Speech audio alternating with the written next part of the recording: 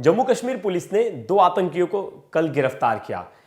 ये दोनों आतंकी बड़े ही शातिर थे और कहा जा रहा है कि इनकी पकड़ बहुत ज़्यादा थी ऑन ग्राउंड वर्कर्स के लिए। कहा जाता है कि जो भी पाकिस्तानी आतंकी भारत आ रहा था, ये उसकी ग्राउंड पर पूरी तरीके से हेल्प करते थे। बहुत सालों से पुलिस इनके तलाश में थी। लश्कर ए तोयबा से लेकर हिजबुल मुजाहिदीन, इन दोनों संगठन के साथ इन दोनों का जुड़ाव था। परसों यानी एक दिन पहले नाका चेकिंग, जो नाके पर चेकिंग लगाया गया था पुलिस की तरफ से, उसमें ये दोनों पुलिस की नज़र में आए। इनकी गाड़ी में चेकिंग हुआ तो इनकी गाड़ी से हैंड ग्रेनेड्स निकला, गन्स निकले और बहुत सारे असलाह निकले। तो पुलिस ने इन्हें तुरंत पकड़कर अरेस्ट कर लिया।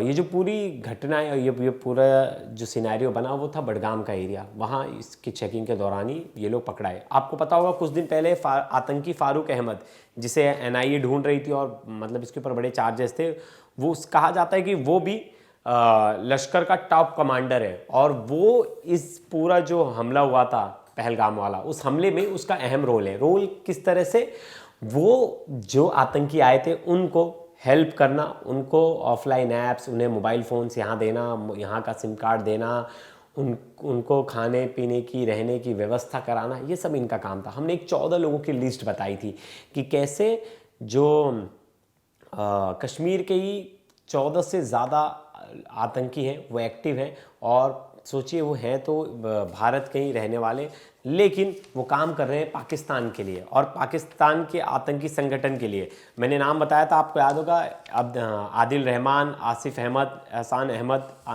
हरीश नाजिर, आमिर नजरवानी, ऐसे टोटल 14 नाम थे। 14 नाम की लिस्ट भी मैंने आपको बताई थी। तो ये 14 लोग अभी भी पुलिस के रेडार पे है, एनआईए के रेडार पर है और एजेंसीज इन्हें ढूंढ रही है। लेकिन सबसे टेंशन वाली बात है, अब भारत एक ऐसे सिचुएशन में आकर खड़ा हो चुका है कि यहाँ अब जो नौबत है वो आ सकती है जंग की, और कभी भी जंग शुरू हो सकता है क्योंकि सिचुएशन बहुत क्रिटिकल हो चुका है।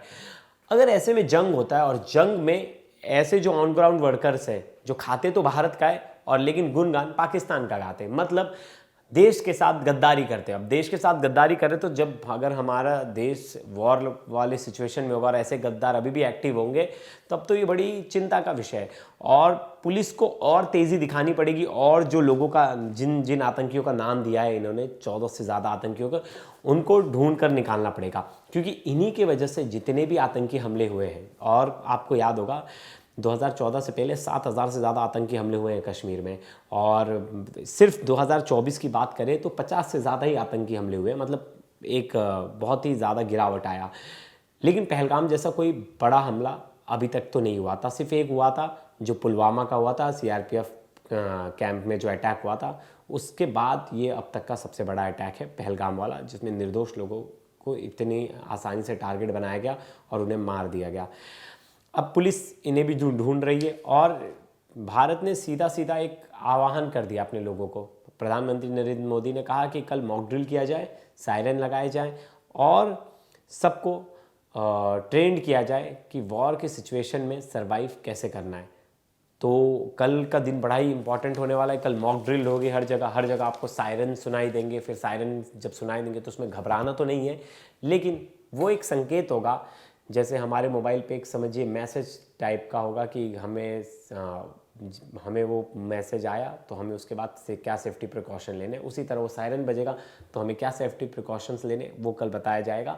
और अपने आप जिस भी एरिया में रह रहे, जिस भी शहर में रह रहे, आप ये ज़रूर ये मॉक ड्रिल्स अटेंड कीजिएगा क्योंकि आपकी सेफ्टी के लिए अच्छा है। क्योंकि देखिए सिचुएशन क्रिटिकल है, हमें पता नहीं है वॉर होगा नहीं होगा, लेकिन अगर वॉर जैसी स्थिति जो है वो तो बन चुकी है और अगर इस वक्त वॉर लाइक सिचुएशन में अगर कुछ भी ऐसा कुछ होता है तो हमें प्रिपेयर रहना चाहिए पहले से। क्योंकि पहले के वॉर होते थे तो टेक्नोलॉजी इतनी स्मार्ट नहीं थी, लेकिन अब इतनी हाईटेक मिसाइल्स आ गए, इतने हाईटेक्स वेपन्स आ गए और इतने हाईटेक्स एयरक्राफ्ट्स आ गए। तो इस टाइम पर हमें खुद प्रिपेयर रहना बहुत ज़रूरी है। ब्लैकआउट्स कर दिया जाएगा, उसकी भी प्रैक्टिस दी जाएगी कि अगर कोई हमारे क्षेत्र में कोई एयरक्राफ्ट घूम रहा है या इस क्षेत्र में कोई एयरक्राफ्ट है तो पूरी तरह से ब्लैकआउट हो जाए कि पता ही ना चले नीचे क्या है, नीचे कोई घर है या खाली समतल मैदान है। तो उस ऐसे टाइम पे एक अटैक बचाया जा सकता है। तो बहुत सारे तरीके हैं जो मुझे लगता है कल जो मॉक ड्रिल होगा उसमें आप सबको जो एजेंसीज़ हैं, जो लोग हैं जिन्हें जिम्मेदारी दी गई है, वो लोग बताएंगे। और अपने आस पड़ोस में आप ध्यान दीजिए कहीं आपके भी आस पड़ोस में कोई ऑन ग्राउंड वर्कर्स तो नहीं है, यानी आतंकियों का हिमायती तो नहीं है जो आतंकियों की मदद कर रहा है। और कश्मीर में सबसे मैं कहूँगा कि अनंतनाग, हाँ, पहलगाम, पुलवामा, सोफियान, इन सब इलाकों से ही सबसे ज़्यादा अरेस्टिंग हो रही है। और अब सोचने वाली बात है, 70 से ज़्यादा लोगों को अरेस्ट कर लिया है, जो 70 से ज़्यादा ऑन ग्राउंड वर्कर्स है। 3000 से ज़्यादा लोगों को हिरासत में लिया है। तो ये कहाँ के, ये तो हैं भारतीय, हमारे देश का खाते हैं और गुणगान आतंकियों का गाते हैं। तो इनका तो अच्छा इलाज करना चाहिए सरकार को। जैसी सरकार इन सब चीज़ों से फ्री हुए, सबसे पहले तो इनकी क्लास लेनी चाहिए, क्योंकि ये हैं देश में तभी इस तरह के अटैक्स हो पा रहे। नहीं तो कोई डायरेक्ट पाकिस्तान से आ जाए एक दिन में अटैक नहीं कर सकता।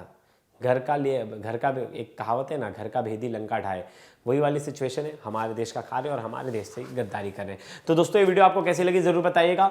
और कल दिन भर हमारी ये लाइव अपडेट रहेगी कि क्या कुछ हो रहा है, क्या कुछ सिचुएशन है, मीटिंग्स कैसी चल रही है। पूरा फोकस सिर्फ पहलगाम हमले के बाद इंडिया पाकिस्तान रिलेशन को लेकर, इंडिया पाकिस्तान टेंशन को लेकर क्या कुछ हो रहा है, ये हम आपको बताते रहेंगे। तो क्राइम तक के साथ जुड़े जाइएगा पूरे दिन। धन्यवाद।